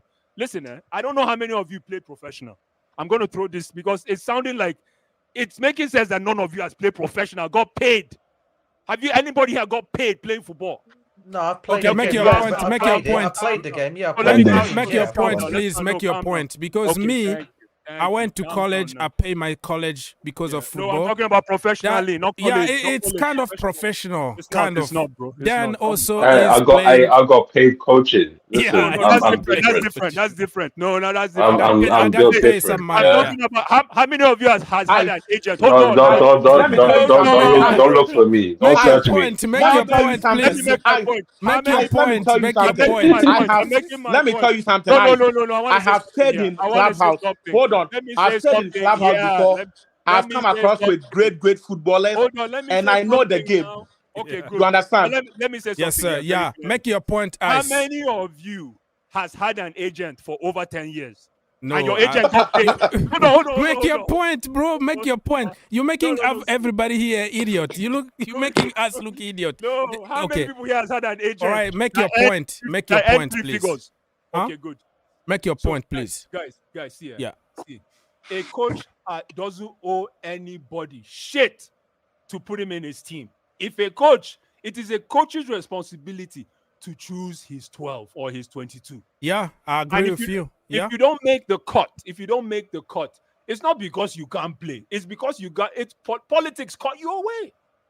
Yeah, sometimes, yeah. It is politics that caught you away. That's why I always preach to these kids.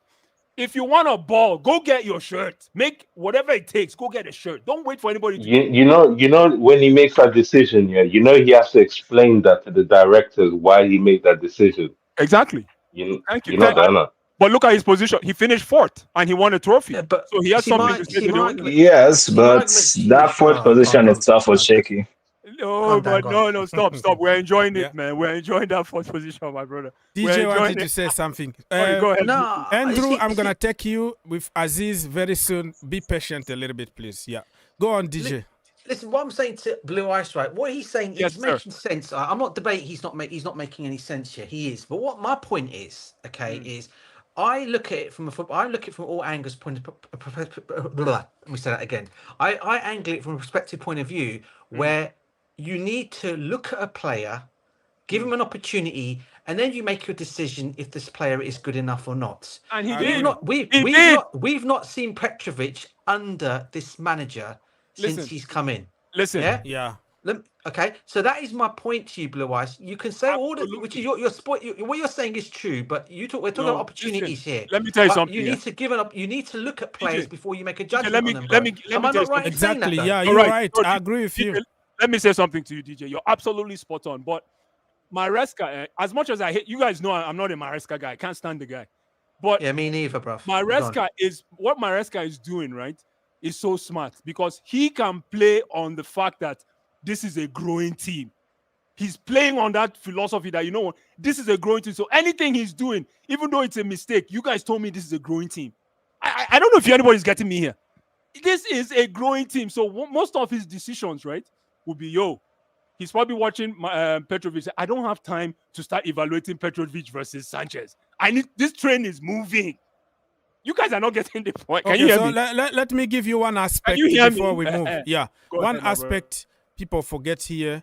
Sanchez got a lot of power at Chelsea because of Ben Robert. That's spot on. Ben Robert is somebody who brought him to Chelsea from Brighton, right? Brighton. Yeah, so the entire team at Chelsea, the majority of those people are from Brighton. They know Sanchez since the age of 17. They grew up. He's just like their kid. Yeah. So he got that power of privilege in front. Yeah. Another thing, Maresca is Italian, but he feels more like Spanish guy. He grew up there. I've heard this before, but go ahead. No, I'm telling you the truth here because I know. I've heard this before. They say he's more Spanish than Italian. He married to there, and he said it on TV. It's not me making it here. Okay. Petrovic is Italian, right? Oh, okay. No, okay. Petrovic is not Italian. I'm talking about Robert Sanchez. How certain aspect that we might not mention here might play. It's like Ice. Ice is my boy. Yeah. He's drunk on the weekend, and I have to put him in the team because he's my hood, my guy from the hood. I am drunk on the weekends. Those things can also exist. I am, bro. We all are, bro. Those things can also exist in football where even no matter how hard you try, but somebody is just in front of you. But Ox, that is why football is a lovely game. It is a broken hearts and inspired personalities. That's football. But you have also to be fair sometimes and use like Petrovic right now is better than Sanchez. Let me tell you something. Football, I think what a lot of kids these days have forgotten that football is a business. It's crude.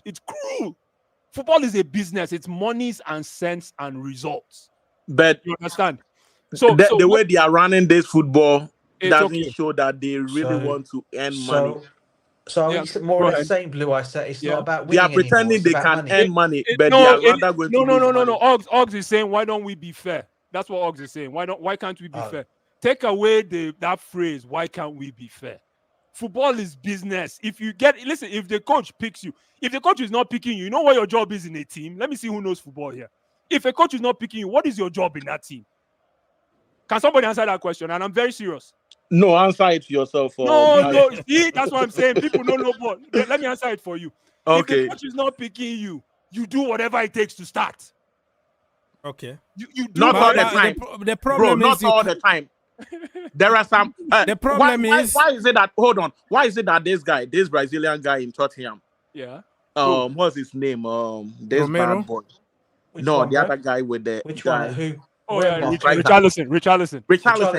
Why is it that most part of the season he was on the bench? You know what? Was he not better than most of the players? Can I answer that question? Yes. If you look at Richarlison, right, you have to push Richarlison for him to play. There's no reason why Richarlison shouldn't. You're right. There's no reason why Richarlison shouldn't be starting for Tottenham. But even though that coach, Ang was a useless coach, but you still needed to push. You still needed to push Richarlison to play. You still needed to push that guy to play. And guess what? That is the reason why he was on the bench. No, but you are saying that if a coach doesn't like to pick you, that means you have to work hard. But this is a situation Richarlison was supposed to start a game for. How many goals? Listen, they brought when Richarlison joined from Everton. He was the reason why they didn't go to how do we call it, relegation. I can tell you that. Go watch. Hold on. When they brought Richarlison in, they brought him in for what? As a striker or as a defender? Richarlison, a striker. Yeah. How many goals did he score? I don't know. I don't have it in my mind right now. No, I'm asking Mark. What the point you're trying to make? He was the best striker, even when Mourinho was there. And he didn't work with Mourinho. I don't. He didn't work with Mourinho. He did. He was there. No, he didn't work with Mourinho. So. No, he did not. No, I don't think so. I think he was. I don't know. Conte. Yeah, no, Conte. Yeah, Conte. No, he didn't work with Conte. Yeah, he worked with Conte. Yeah, no, Mourinho. No. I think Conte. Yes. Worked with the other guy after Conte. Which other guy? The guy from Nottingham Forest. Oh, Nuno Espirito Santo. No, he worked with after Mourinho. Nuno came after Mourinho, and then it was Conte. So I think he was under Conte. Regime. Yeah. Conte. He worked with Conte. Can I say hi to other brothers that been waiting for a long time? Yeah. Aziz and Mr. Distinguished Andrew is in the building. Hey, how you doing, brothers? Yes, we are here fighting here. Yeah, I'm listening to the LT discussion. I'm still at work, but listening to your LT discussion. Yeah. Well, what I'm going to say about the goalkeeper is that Petrovic should have been in Chelsea's squad because of what he did last season. Exactly. Okay. And again, like Mr. O said, is a Brighton. The other goalkeeper is from Brighton, and we have all the Brighton scouts. Yeah. In that, and so they will be the one pressuring Maresca to take Sanchez to. Thank you.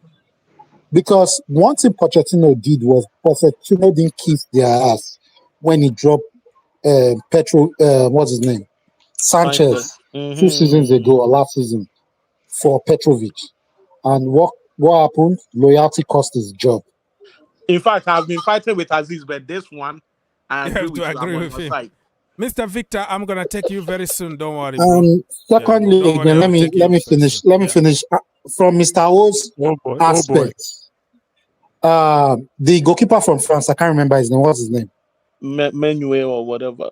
Maignan. Mike. Maignan. You're talking about Maignan? Yes. Call him Maresca sanctioned. Yeah, Maresca sanctioned for his transfer. Yeah, okay.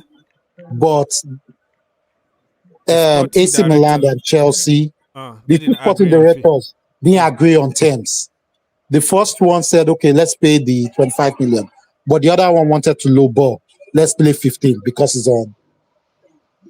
Only 1 year left on his contract. 1 year left and he's 30 years old. Yeah. And secondly, you know how Italian people, they sell their players to Chelsea on a high.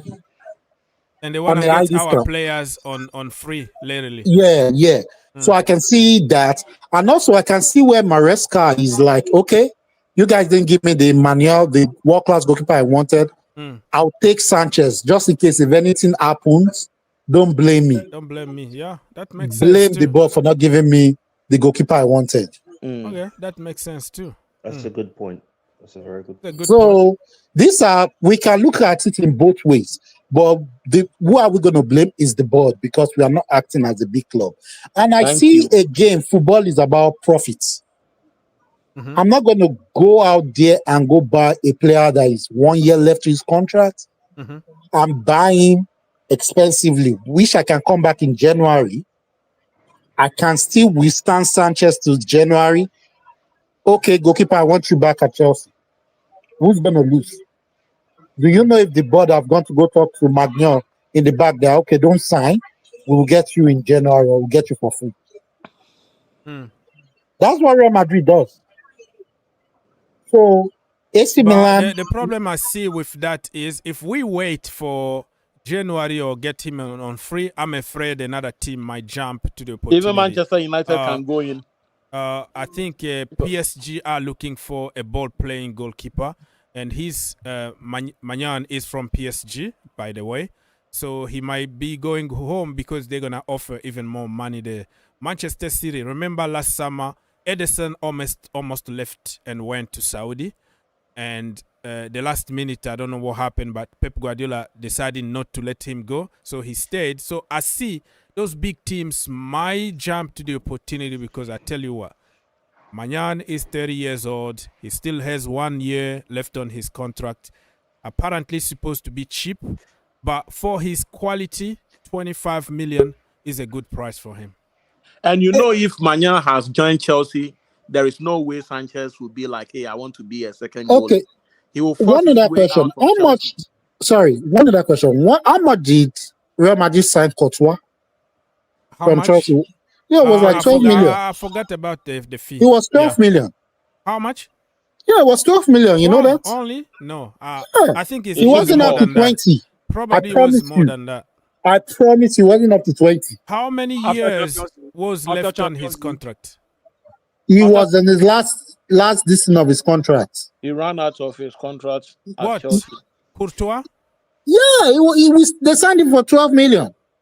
Okay, I'm gonna double check. I want to ask you a question before Andrew, Andrew is waiting, and then Mr. Victor. I'm gonna ask you guys a question, then I'll take a break. I'll be with you in the back here though. But what's his name? Maignan. Magic Mike. Hold on, Magic Mike. Magic Mike.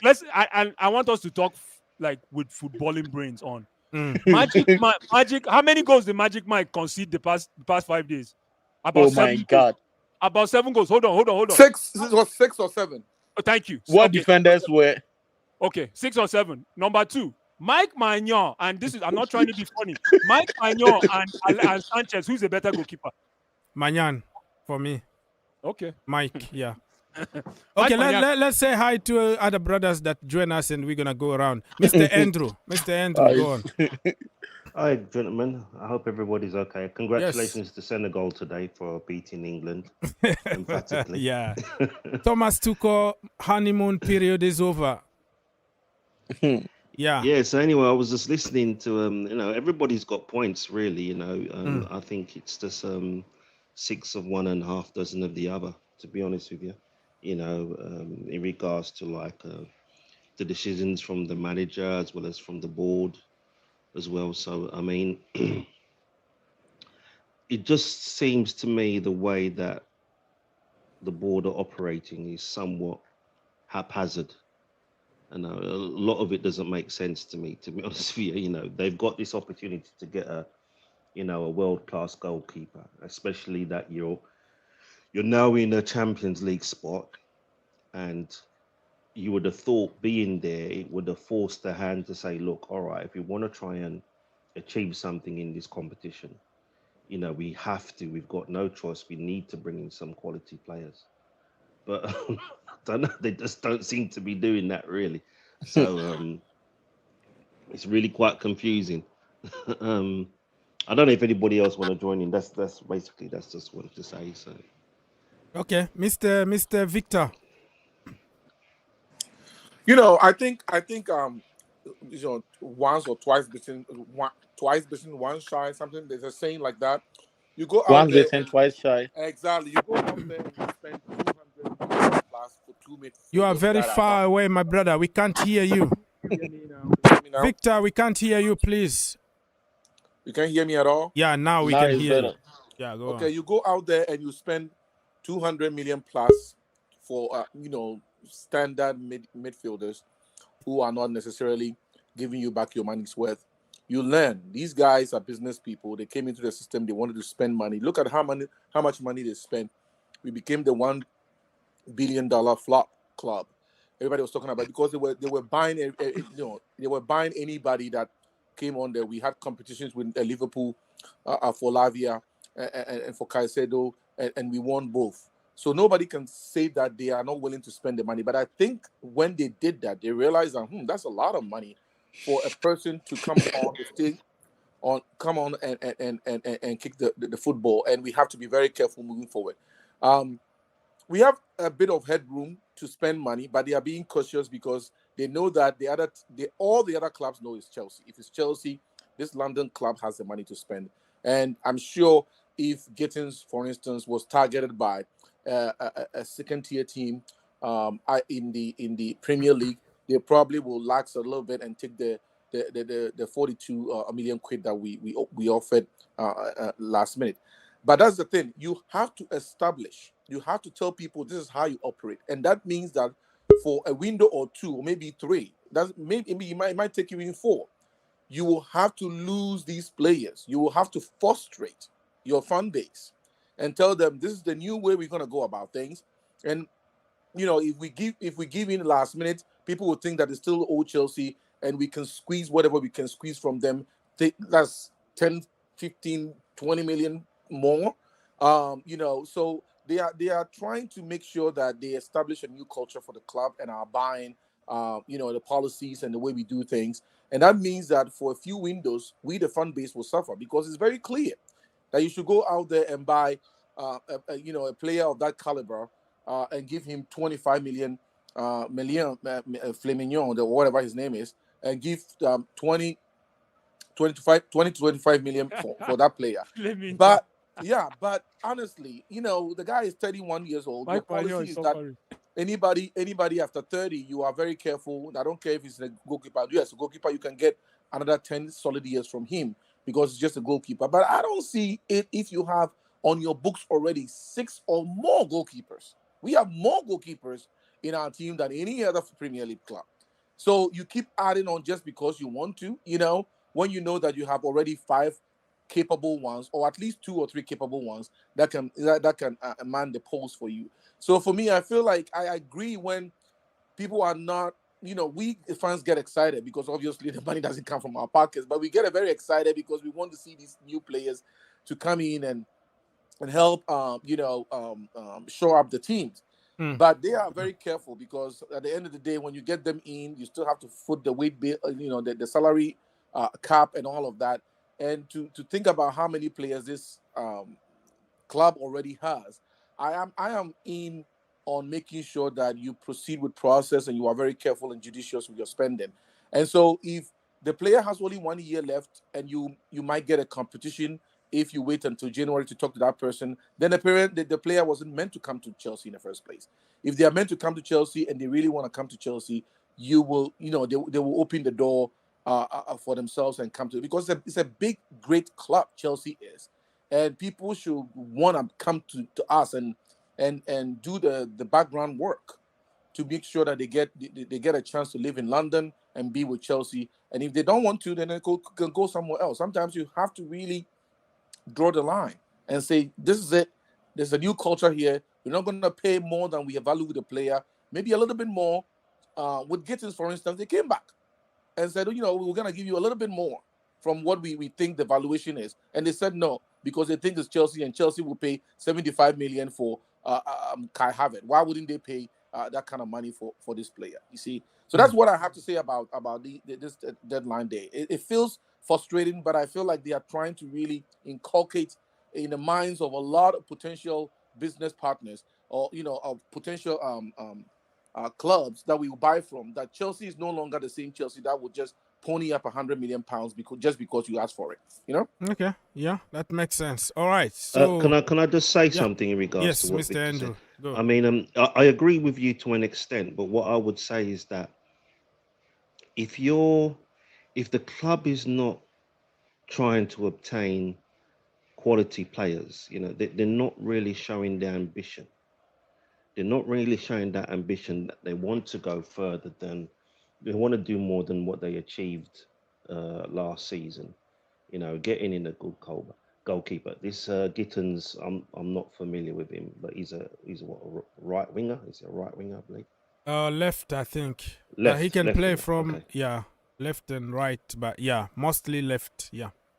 Now, in regards to expenditure, in regards to him, are definitely not worth it because, from what I understand, he's quite mediocre. But if you're going to get in, find a quality. How old is that guy? I think he's quite young, isn't he? I think he's like 22 years. 22, I think. 22 years. Oh, Gittens 22. Oh, so he's already a man. It's not like kid, but yeah, go on. Yeah, but therefore that still means that he's going to require some level of development. Do we really have time? We've already got almost the whole squad needs developing. Are you going to bring in another player that requires developing again? How do they expect to get any further? You need to bring in some quality. You need to bring in a quality goalkeeper, a quality centre back, a quality right winger, so the other players can learn from that person who has that experience there. They don't seem to be going down going in that direction. Were you okay with bringing Maignan or not? I'm 100%. 100%. Why? Made absolute sense. Because from what I've seen and what I understand, he's a quality goalkeeper. And those whoever they would not say kick out, but who they would sell, whoever remained, they could learn from him. they could learn from him, and it will end up helping to improve their game. So Okay. you can do it systematically. All right, get the goalkeeper in, and then after the transfer window reopens, look for a centre back. So you're slowly developing that spine. Work your way up. But if they're not even willing to do that, I don't know. I don't know how they expect to. Andrew, I don't mean to Yes, cut sir. you, but the thing is, Yes, sure. Lamel, right, from Barcelona, he's young. Yes. Lamine Yamal. Yamal, and Okay. he's young and he's still playing. Now you could contend that, okay, fine, he's in a team with other very experienced players and they help him. But if you watch them, he controls the game. I mean, he does what he does. You just need, and he's relatively young for a huge team, a 17. huge club like Barcelona. Yeah, he's relatively a very young player. So I think folks feel like, yes, it's true to an extent. Experience comes with age. You just have been on earth for longer. You've had more salt than the other person. That's how sometimes we determine how old somebody is, or how experienced that person is. But experience sometimes comes with age, but it's not all of that all the time. Sometimes a younger person has a level of maturity that older people cannot exhibit or display when you need it from them. So for me, it's not always associated. Experience is not always associated with age. Now, come to think about it, if you think about it in the terms of Chelsea, right? You think about our squad right now. They are all developing. Now, everybody says we need experience. When they come in, what do? All of a sudden, they start telling Enzo Fernandez to shut up. They start telling what is his name, James, to shut up, because they are more experienced, and the whole world knows that they were brought on the team because they are experienced. I feel like there is a disharmony that you are cultivating here. If you bring players in and you tell the whole world that you are bringing this player in because you want some experience, when you already have a team that is gelling, to be fourth in a league, to qualify for Champions League, and to win a cup means that there has been some chemistry building here. The chemistry you mentioned. So for me, I am not going to bring a 27, 28-year-old just because. Now, one thing you are deficient, you need is a striker. If you have a striker that is 22 years old that can score fine, if you have a striker that is 30 years old that can score fine, you need a striker. Not because they are older, not because you are younger. What you need to do, I know that it's like I said, experience matters. When we had the John Terrys and Drogba and the rest, we went to Champions League. All John Terry had to do in 2007 was to kick the ball into the net, and we have won the Champions League, and he went out there and slipped, right? We had all the experience in the world. So anything can happen in football. What I want us to understand is that we will get a player that fits the mold. If we are keeping this coach and we believe in him and his style, then let's go out there and find players that will fit the mold. Not because to show that you are a big club means you have to buy players on the north of £100 million so that you can tell people that is a marquee sign-in, and because of that we should win. Then you put pressure on the player, especially when the players are not in Premier League. Premier League is a totally new beast. When you come in, you need some adjustment time. They come in, they don't adjust, and then the what is it called? The coach panics, doesn't play them anymore because they think they need time, and then they start losing value. We have seen this at Chelsea so many times. Kai Havertz, all these players, they come in with all these price tags. They come in, they're going to perform. They don't perform. The coach panics because he wants to save his job. He's losing too many games, and then he sits him down 2 or 3 times, and then there's chaos. So you want to make sure that if you have some kind of a call, hey, I don't trust Enzo Fernandez at all. I don't think he should be the penciled-in player every single time we play the game. But if he's building around this guy and he's adding a striker here or there to make sure that at least the areas that we were deficient, he's solving that problem through a good striker, I am all for it. Don't spend money because don't go out there. It's a very valid point. It's a very valid point. Don't go out there and spend money just because. You know what I mean? We have to that's true. Put out there a new culture at Chelsea. Proceed with process. Be pragmatic in your purchases and let people know that the Chelsea that is gone out there is no longer the same. 2 years from now, people will think twice before they accept. They say, "Oh, I'll accept your price or not," because they know that we're not just gonna spend. We are not just gonna give them all that money. Victor, Okay, share that's the my 2 mic. cents. Okay, perfect. I was going to say share the mic, Victor, but God bless you for your 2 cents. Andrew Etsy, I'll let you go, my brother. No. I was just saying, I'm Yes. agreeing with what So, Victor guys, said. He made a very valid point. Yeah. Yeah. Very, very, very DJ, valid. do you have anything else to say? We have a 5 minute to go. I have to. Yeah. To Yeah, listen, do big up, something else. big up. Yeah. Big up to Andrew. I mean, he's made some valid points as well. I'll be honest with you. You know, yeah, we finished 4th this season. Yeah, we won the Conference Cup, right? But if we want to go up another level next season and start challenging for the top 4, sorry, so for winning the Premiership and also in the Champions League, I don't think this squad will be good enough to do that without some experience in the team. Yeah. That's just my take on it, right? We talked about Yamal, which Victor made a valid point on, which is true. But we've got one called Estava William coming in, right? Who's going to be more or less, who's more or less at the levels they're saying is at his levels, if you like, at the moment. They think he's going to be the next best thing coming out after Yamal. Yeah. So for me, in that kind of like way, I've always said it. Yeah, we got a great. There's no harm. What we're saying is stick to the model of yes, buy your young players. But there's no harm in bringing. No one's saying you have to go and bring in an experienced player who's going to tell you where to go, do this, do that, do this, do that. No. No one is saying that. But you do need to have some experience to take you over the line for me. And when we had an opportunity to get one in today in Maignan, I think it's one that we've actually missed on a little bit because we were ready to go and spend that extra 5 million to go and get Gittens over the line. Yeah. All right, which for me is what you're going to go and overpay for another youngster, because that's what we're doing at the moment. We're saying we're not overpaying on players, but Gittens is not worth the money that they're offering, that they've asked for. Yeah. And thank God Chelsea walked away from the deal. Yeah, but problem, I guarantee. Yeah, go on, Ols. We try to pay money to every kid, you know, Omari, Kellyman, 20 million. Yeah. So many kids that we spent money. I think Maignan, it's worth to sacrifice that extra 5 million to get him, because he's more than just a goalkeeper, you know. He's French captain. He's he's gonna bring a lot. He's gonna bring a lot in the team, and the quality, the football that we play. Maresca ball, tiki taka. I think he's perfect for that. But yeah. I agree. I mean, don't get me wrong. I'm not saying we're like the Roman days. And again, but you made a valid point on it. I'm not saying that at all. But what my point has always been, you can still build your young squad as you like to in this manager's mold, that however he wants to do. But there's no harm in adding some experience in this team as well to help these players out. And I don't think these young players are going to turn around and say, I don't want the older guys to come in and help us. I think they'll actually welcome it. And this is why I feel if we want to go to that next level, you need to bring that in. You do need to. No, but DJ, when you say experience, if you see the kind of players we have right now, what do you mean by experience? What kind of player out there will qualify as an experienced player to fit within this Chelsea structure and personnel we have?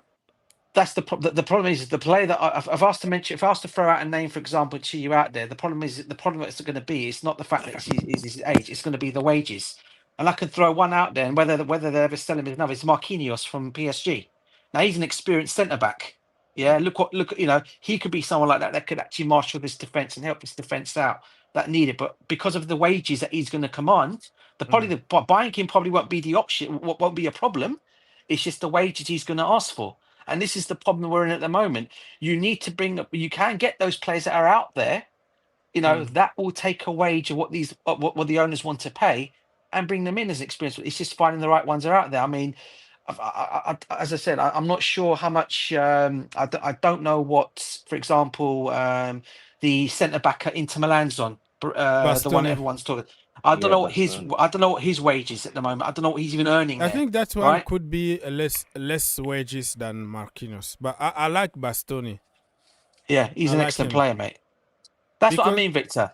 In that defense, we have a lot of young, immature. You will see Levi Colwill want to punch somebody in the face. Like, there is nobody there that would tell him, hey, calm down, let's do this and that. If you look at John Terry, when he was growing up, it was people like Frank Leboeuf, You have Didier Deschamps even back then. Marcel Desailly. Marcel Desailly. You have Vialli. You have those, core people who say, hey, take this armband. You are the captain. We are already in the past. You are the future. We're going to train you how to be a captain, how to lead this team. So you have those men that been there, done it in a very, very high level that will calm you down a little bit on the pitch, and you learn from them. But also, I mean, the thing is that you have to sometimes let these players play themselves into maturity. I mean, yeah, of course. But you realize that a huge, problem happened to this club, for lack of a better word, in the last 4 years, right? We had to go through a huge change of ownership and everything. And the message out there was that we are rebuilding, right? Rebuilding means that you will get rid of a lot of chaff and go out there and get players that will relatively be younger, because that is what your pay structure and everything is targeted. So that is where we are. And this group of players have played together for a while. I believe very strongly that if you bring just one person back there, right? And I know that we believe in that because Silva was, for instance, that person, and he left last year. But there is uniformity there. There is a sense of everybody's in the sort of same age range in this team, and they communicate very well together. One person coming in and telling them what to do, that person must well be a coach. And I understand that everybody is advocating for experience. And I'm saying that sometimes you have to let these players play themselves into the experience that you are looking for. And that might take a year or two. That is the nature of what is called developing, or really trying to develop a new a group of players. So if you don't allow yourself to do that now, the next level, what is the next level? If you are in top 4 in a league like the Premier League, you are top level. And if they have been managed to go out there and secure that position, that's top level in my opinion. You have to let them go out there and win. They've won in Europe already. They've won in Europe. Yeah, it was a conference league, but it's still a European championship. So you have to make sure you tell them, hey, now we are in the big leagues. We can add a player here or there, but that player is not coming in to tell you what to necessarily do. You guys have to know how to go out there and win or lose as a group. Make your own mistakes. Not but somebody go and cut their teeth in Dortmund, cut their teeth in France, and come and help you to win a league or anything in UK. No, you have to make your own mistakes and get it from there and develop from there and be a better team. That's what I have to say. All right. So, Brother Victor, I just want to say quickly, so therefore, we shouldn't really have any expectation on them this upcoming season. If they're still learning and they still have to develop that relationship, and join together, we shouldn't really put any pressure on them. So if they get knocked out early in the Champions League, or if they don't, we understand that the kid conversely, that has to be part of it. There has to be that balance. But conversely, you can say that also because they are young, they have nothing to lose, so they will go out there and play freely.